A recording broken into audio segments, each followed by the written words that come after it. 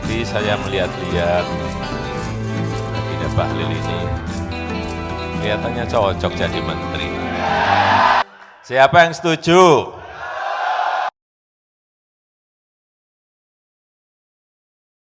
Saudara Bahlil Lahadalia, Menteri Investasi, Kepala Badan Koordinasi Penanaman Modal. Demi Allah saya bersumpah. Demi Allah saya bersumpah. Dan sekarang era udah berubah. Kalau mau jadi politisi, harus punya kemampuan ekonomi yang mapan dulu. Dan di dalam dunia usaha yang saya pahami, selama saya berinteraksi, saya kebetulan 10 tahun lebih. Dan bisa menjadi menteri, karena memang dikaderkan di Himpunan Pengusaha Muda Indonesia. Calon wakil presiden yang insya Allah akan terpilih menjadi wakil presiden, saudara kita Gibran Raka Bumi.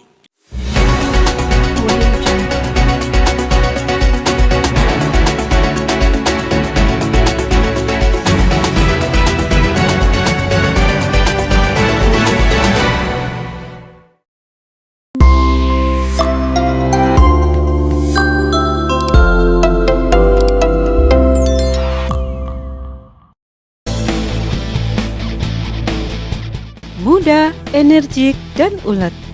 Gaya bicaranya lugas, khas masyarakat bagian timur Indonesia. Siapa yang tak mengenal tokoh satu ini? Dialah Bahlil Lahadalia, Menteri Investasi, Kepala Badan Koordinasi Penanaman Modal.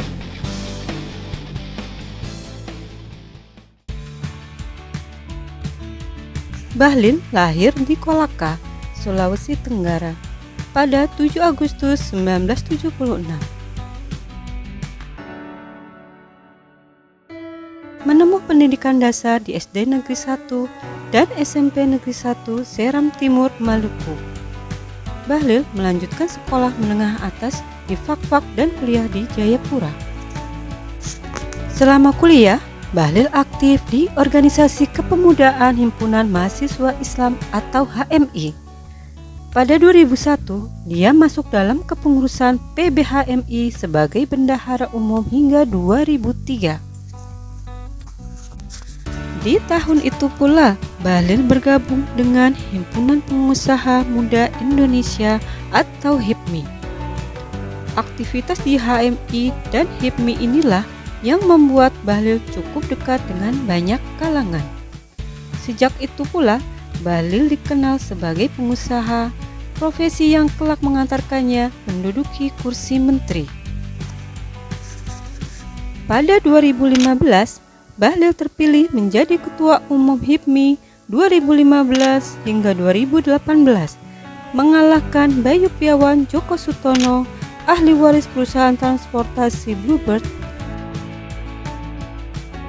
Di bawah bendera PT Riva Capital, Bahlil memiliki 10 perusahaan.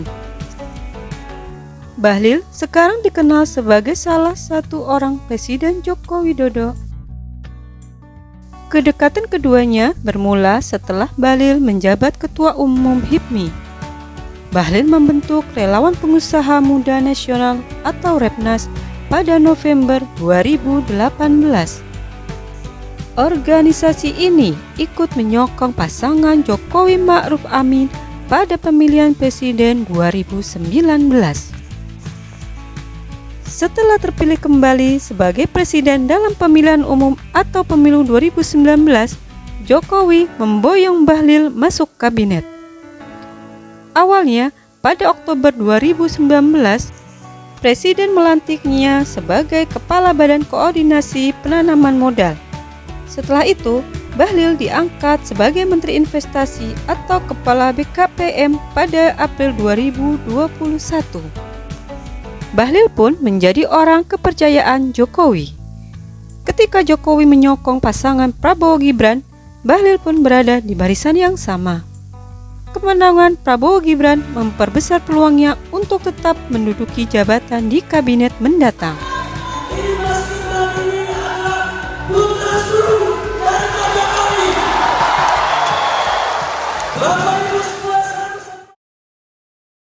Meskipun demikian, Bahlil pernah hidup pas-pasan di masa remajanya. Ia harus berjualan kue serta menjadi kondektur dan supir angkot saat bersekolah untuk menyambung hidup.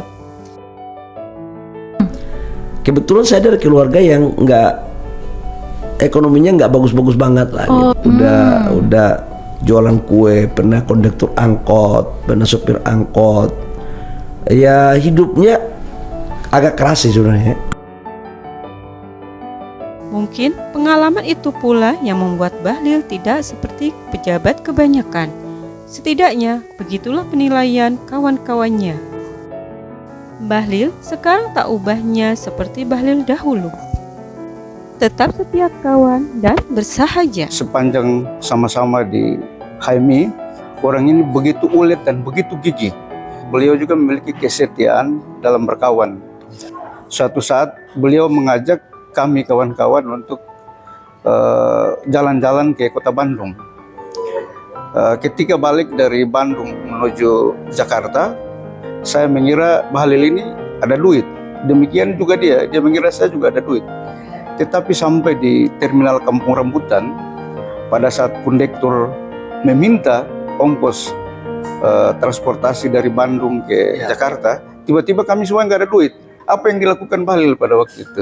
Dia mencabut casan HP di kantongnya dan dia memberikan jaminan kepada kondektur bis, kepada kami kawan-kawan di situ. Jadi bayangkan pada saat itu kalau tidak ada tindakan yang beliau lakukan.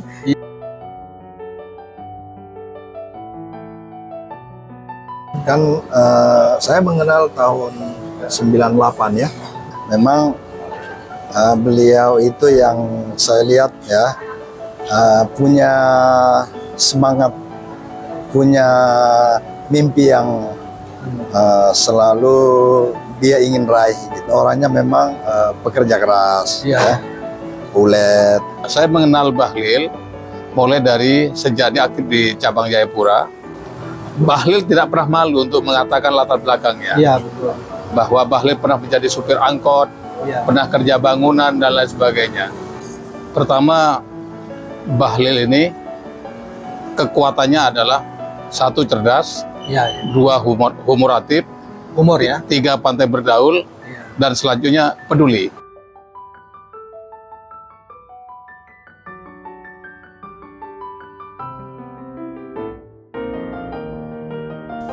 Ya, Bahlil adalah fenomena. Dia adalah anak kampung, anak seorang pekerja bangunan dan pembantu rumah tangga. Tetapi dorongan orang tuanya itulah yang akhirnya mengantarkan si anak kampung menapaki tangga kesuksesan. Karena ayah saya itu seorang pekerja keras. Dia harus menghidupin anaknya 8 orang. Waktu saya jadi pengusaha, ayah saya udah nggak ada. Itu dia, Pak.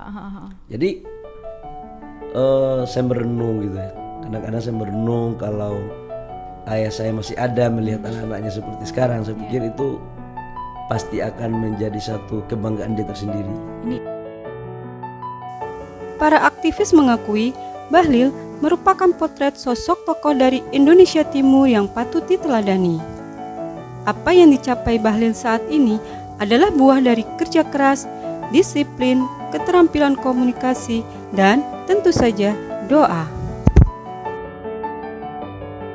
Ketika dia aktif bergabung di Himpunan Mahasiswa Islam, pernah menjadi bendahara umum, pengurus besar Himpunan Mahasiswa Kasan Dasalim, periodenya ketua umumnya ketika itu adalah M. Fakhrudin, hasil Kongres HMI Jambi ya, pada tahun 1999. Dia adalah seorang yang kalau kita ikuti kisah kecilnya, itu adalah orang kampung yang dia tidak malu juga dia ungkapkan di mana-mana. Ketika orang lain, mungkin termasuk juga saya ketika itu, asik dengan aktivitas di pergerakan himpunan, tetapi dia juga membangun usaha-usahanya, usaha di bidang bisnisnya maksud kita.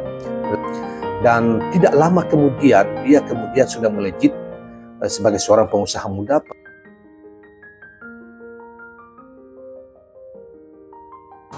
Bahlil ini muncul dari keluarga yang sama dengan kita, keluarga petani, orang tidak berada. Tapi yang paling penting yang harus dicatat oleh teman-teman kader HMI, Bahlil harus dijadikan inspirator, harus menjadikan motivasi bahwa bagi siapapun sebenarnya punya kesempatan yang sama untuk berkiprah lebih besar dalam persoalan bangsa dan negara ini. Bahlil bisa jadikan contoh yang luar biasa. Ya.